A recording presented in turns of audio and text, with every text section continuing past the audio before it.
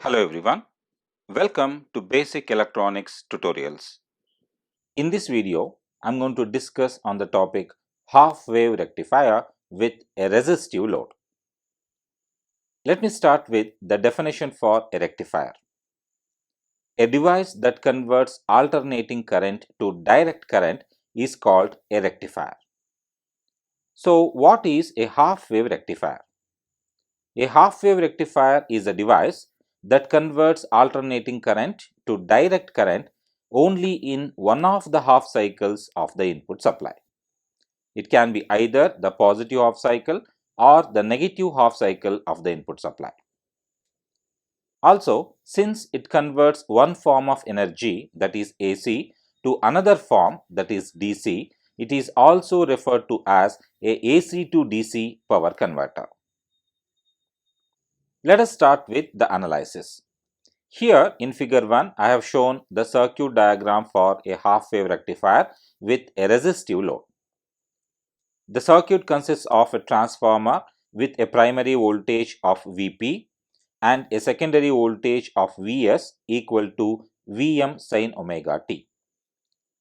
We have a diode connected to the upper path of the secondary of the transformer in the way that is shown here. As I already have said, I will be considering a resistive load here. Let the voltage across the diode be represented as Vd and the voltage across the output be represented as V0. I0 here forms the output current. Please note the input voltage is alternating current, that is AC, and the output we are expecting is direct current, that is DC. I will be explaining the working of this circuit in the positive and negative half cycles of the input supply separately. In figure 2 here, I have shown the circuit equivalent during the positive half cycle of the input supply. In the positive half cycle of the input supply, the diode is forward biased because the anode of the diode is connected to the positive terminal of the secondary and cathode is connected to the negative.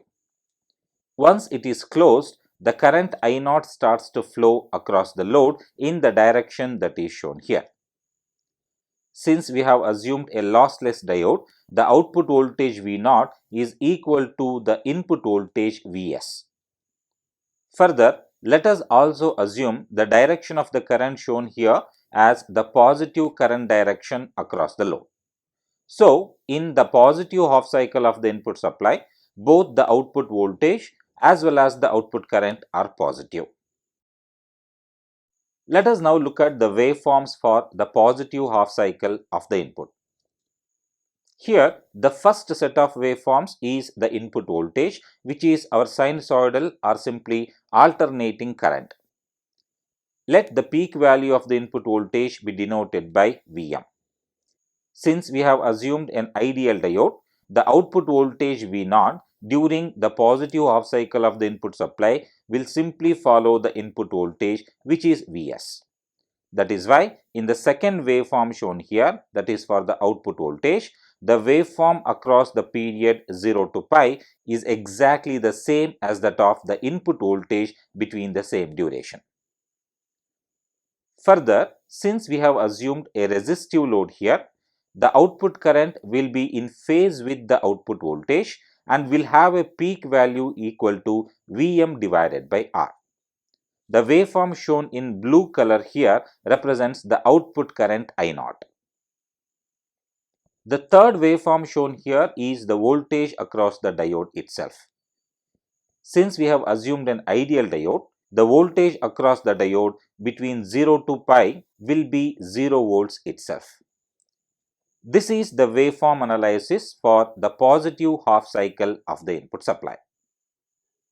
Let us now go back and analyze the circuit during the negative half cycle of the input supply. Figure 3 shown here represents the equivalent circuit during the negative half cycle of the input supply. During the negative half cycle of the input supply, the upper branch of the secondary of the transformer will have negative voltage and the lower branch will have positive voltage. Therefore, the diode anode will be at a negative potential compared to its cathode. This means the diode is now open circuited because of the voltage across its anode and cathode. Since the diode is now open circuited, the load is disconnected from the supply and therefore the load voltage V0 is equal to 0. Further, since there is no connection between the secondary of the transformer and the load, the output current I0 is also equal to 0. Therefore, during the negative half cycle of the input supply, the output voltage and output current are both 0. Let us now look at the waveforms for the negative half cycle of the input supply. Now, I will be analyzing the waveforms between the period pi and 2 pi. Coming to the second waveform here, which is for the output voltage, you can see that the output voltage is 0 because the diode is now reverse biased. The output current will also be 0 during this period. Coming to the waveform for the diode voltage, we will now note that the input voltage, which is the negative half cycle of the input supply, is applied across the anode and cathode terminals of the diode, and since the diode is reverse biased, the voltage across the diode is equal to the input voltage between the duration pi and 2 pi. That is why between pi and 2 pi across the third waveform here, we have shown the same exact input voltage across the diode as well. Right. This is the analysis of the waveforms for a half wave rectifier during the positive and negative half cycles of the input supply. It should be noted that during the positive half cycle of the input supply, the diode conducts and therefore the output voltage and output current are both positive. On the other hand, during the negative half cycle of the input supply, the diode is reverse biased and therefore the output voltage and output current are both 0. Let us now move on towards the mathematical analysis of this circuit. The average output voltage of the half wave rectifier is equal to the DC component V0 and is given by V0 equal to 1 divided by 2 pi integral 0 to pi V0 omega t d omega t. Let me explain how this equation is formulated. If you come back to the waveform for the output voltage shown here, we will note that during the negative half cycle, the output voltage is 0. So, when I am trying to find the average value of the output voltage, I need to take the period between 0 to 2 pi. However, since the output voltage is 0 between pi to 2 pi, I have taken the integral limits only between 0 to pi. Further, as I previously explained, during the positive half cycle of the input supply, the output voltage is equal to input voltage, assuming a lossless diode. Therefore, when I write the equation for the DC component V0, it is given by 1 divided by 2 pi, where 2 pi is the period of the overall operation, integral 0 to pi, because during the negative half cycle output is 0. What we are integrating is the output voltage, which is V0 omega t d omega t. Since the output voltage is equal to input voltage during 0 to pi, in the next step, I will write it as 1 divided by 2 pi integral 0 to pi Vm sin omega t d omega t. Please note, I have replaced V0 omega t by Vm sin omega t because the output voltage is equal to input voltage between the interval 0 to pi. Vm is constant here, so I will take it outside the integral and I will apply integration to sin omega t. Integration of sin omega t is minus cos omega t multiplied by the coefficient of omega t. Therefore, this equation reduces to 1 divided by 2 pi into Vm followed by integration of sin omega t, which is equals to minus cos omega t over the limits 0 and pi.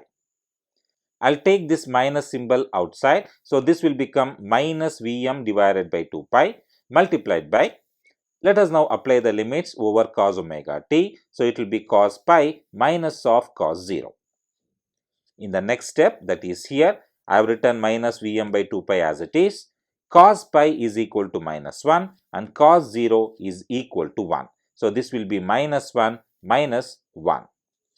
this will reduce into minus Vm by 2 pi into minus 2.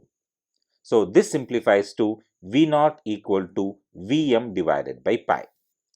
This is the value of the average output voltage for a half wave rectifier. Moving on, the average output current of the half wave rectifier is equal to the DC component I naught and is given by I naught equal to V naught divided by the load resistance R. In my previous equation, I have found the value for V naught and is equal to Vm by pi. Let us apply the same in place of V naught here, and therefore the average output current will be Vm divided by pi R. Let me now continue to the RMS value of the output voltage. The equation for RMS value of output voltage is given by 1 divided by 2 pi integral 0 to pi V naught square omega t d omega t whole to the power 1 by 2.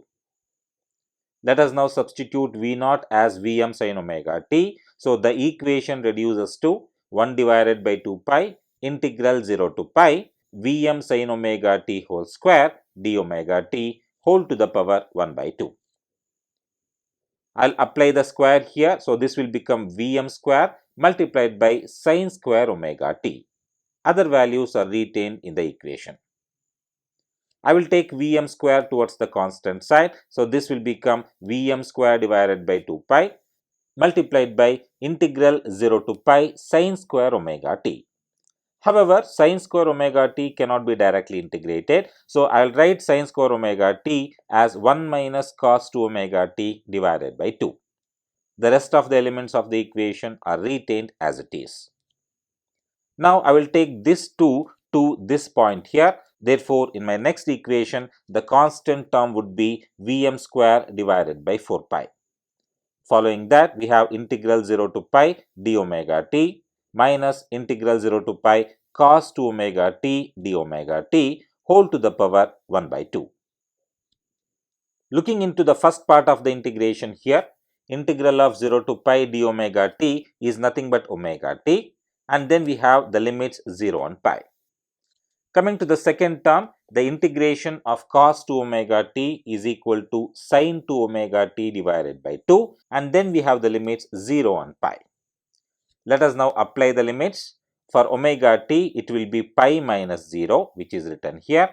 For the second term, it would be sin 2 pi minus of sin 0 whole divided by 2, which is written here. In the next step, we have Vm square divided by 4 pi multiplied by pi minus 0 retained as it is minus of sin 2 pi is 0 minus sin 0 is also 0. So I have written 0 and 0 here. So after simplifying the contents of the curly braces here, what we obtain at the end is just pi. Therefore, the final expression for the RMS value of the output voltage will be Vm divided by 2. Moving on, let us now write an equation for the output RMS current, and it is given by Vrms divided by the load resistance R. Vrms is nothing but Vm by 2, which is our previous expression. So after substituting that in place of Vrms here, we obtain the output RMS current as Vm divided by 2R. Moving on, the average power produced by the input supply is Pi equal to Vs into Is, where Vs is the RMS value of the input voltage and Is is the RMS value of the input current. The average power absorbed by the load is given by P output equals to Vrms multiplied by Irms.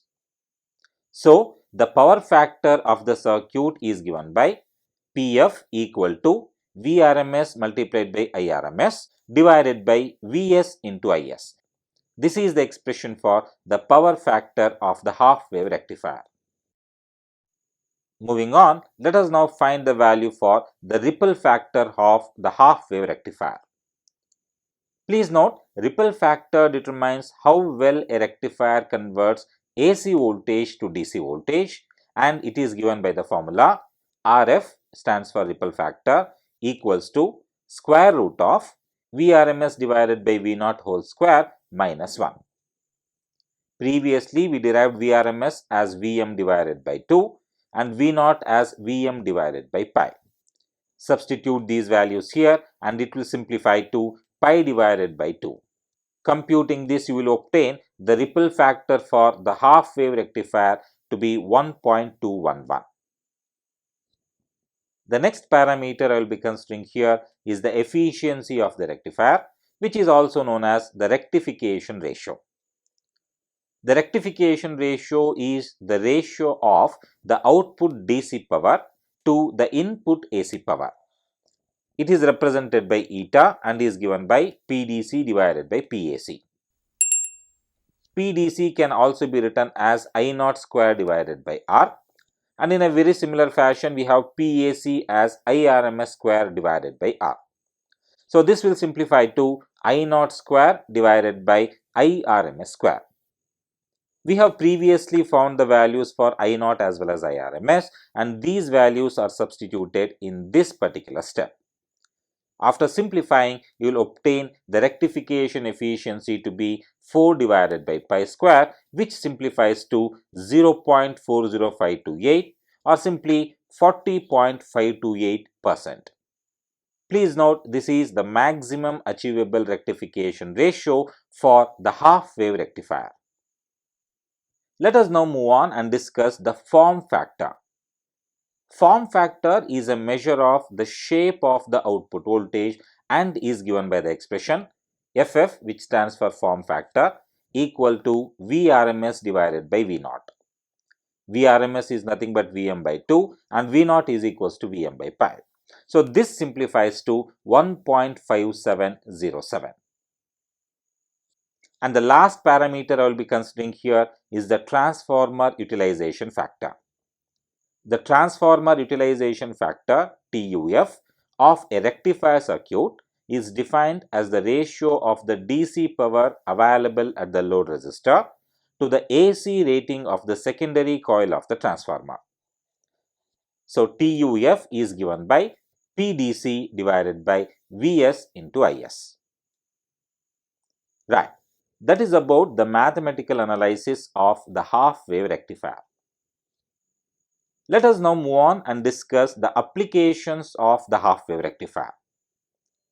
It should be noted that half wave rectifier is commonly used in signal modulation applications, rectification applications, signal peak applications, and is also used in triggering or firing circuits. And lastly, it is used along with either the step up or the step down transformers to achieve a desired value of the output voltage. Lastly, let me now very briefly discuss the advantages and disadvantages of the half wave rectifier. I'd like to start with advantages first. The first and foremost important advantage of a half wave rectifier is its simplicity. In simple words, it has the lowest number of components available and therefore is quite simple to construct. The second advantage is it is cheaper upfront cost. That is, it requires less equipment. However, it should be noted that there is a higher cost over time due to increased power losses by the rectifier circuit. Let us now move on to disadvantages. A half wave rectifier only allows one half cycle of the input supply to the load. This leads to a power loss. Coming to the second disadvantage, we note that half wave rectifiers produce a very low output voltage. Lastly, the output current that is obtained by the half wave rectifier is not purely direct current, and therefore it contains a lot of ripple. In fact, we have already seen that it has a very high ripple factor. These are the advantages and disadvantages of a half wave rectifier. Well, with that we come to the end of this video. In my next video, I'll be reconsidering the half wave rectifier but with a inductive load. If you found this video to be informative, kindly like and share this video and subscribe to my channel for more information on electronic devices. Thank you for watching. Have a good day.